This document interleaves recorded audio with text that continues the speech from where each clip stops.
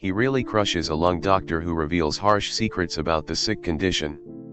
Professor Mauro Giacca of King's College in London stressed that the emerging coronavirus leaves some patients with severely damaged lungs, until they reach the inability of medical experts to distinguish them as a member.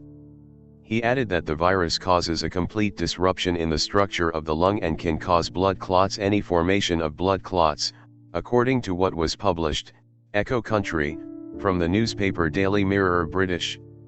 He pointed out, in some lights you cannot even distinguish that this organ is a lung.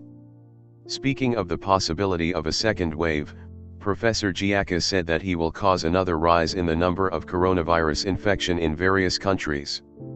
He explained, "I think the real question is whether we will have a number of explosions and then a second wave, or will we only get a second wave?" Last month, pictures of the lungs of a healthy woman were released, but in the photo after infection with the emerging virus, it became clear that her lungs had been destroyed, and the patient, who was in her 20s, removed the vital organ in a rare double lung transplant after she had a life-threatening disease caused by the COVID virus, 19.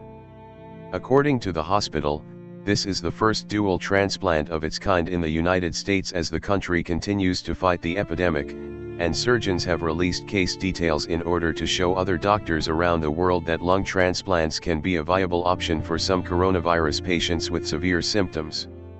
The young Hispanic woman had survived the operation, and the hospital said she spent 6 weeks on a life support device in intensive care when a clear, radical intervention was needed.